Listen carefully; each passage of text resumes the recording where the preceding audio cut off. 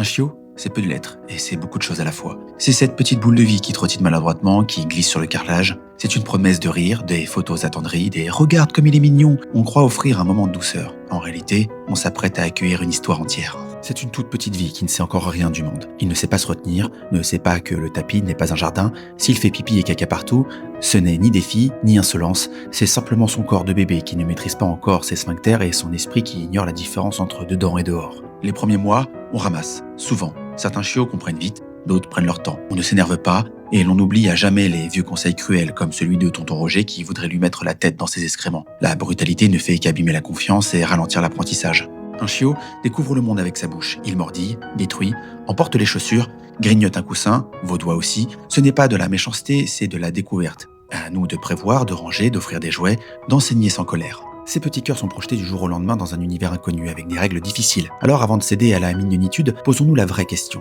Sommes-nous prêts à offrir du temps, des nuits raccourcies, beaucoup de désordre, des doutes, de la patience pour de nombreuses années? Car oui, un chiot grandit, beaucoup. Il ne restera pas minuscule, il finira par prendre parfois énormément de place et toujours autant de temps, mais passer à d'autres problèmes. Si la réponse est oui, alors accueillons-le avec douceur, constance et bienveillance, et faisons-lui la plus belle des promesses, celle de ne jamais l'abandonner. Parce que s'il ne sera qu'un passage dans votre vie, vous serez toute la sienne.